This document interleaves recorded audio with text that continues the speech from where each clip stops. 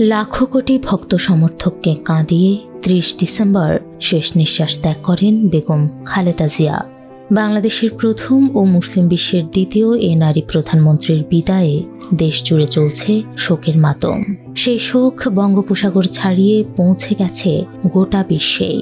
গণতন্ত্রের জন্য এমন আপসীন নেত্রীর মৃত্যুতে শোক জানিয়েছে বিভিন্ন দেশ। ৩১ ডিসেম্বর খালেদা জিয়ার শেষকৃত্যে যোগ দিতে ঢাকায় পা রাখছেন বিভিন্ন দেশের প্রতিনিধিরা।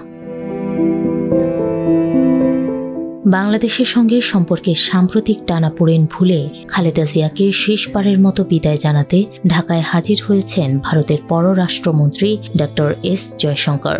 বেলা 11:30টার দিকে ভারতীয় বিমান বাহিনীর বিশেষ একটি ফ্লাইটে নরেন্দ্র মোদীর বিশেষ প্রতিনিধি হিসেবে ঢাকায় পৌঁছান তিনি।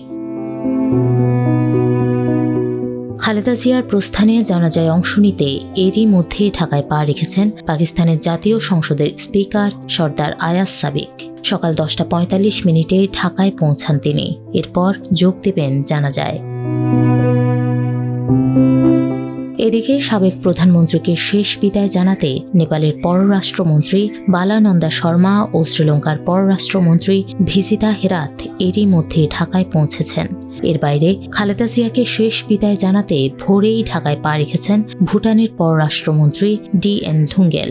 মালদ্বীপের রাষ্ট্রপতির বিশেষ দূত হিসেবে দেশটির উচ্চশিক্ষা, শ্রম ও দক্ষতা উন্নয়ন বিষয়ক মন্ত্রী ডঃ আলী হায়দার আহমেদ উপস্থিত থাকবেন বলে জানা গেছে। এছাড়াও খালেদা জিয়াকে শেষবারের মতো শ্রদ্ধা জানাবেন বাংলাদেশে অবস্থিত বিভিন্ন দেশের রাষ্ট্রদূতরা।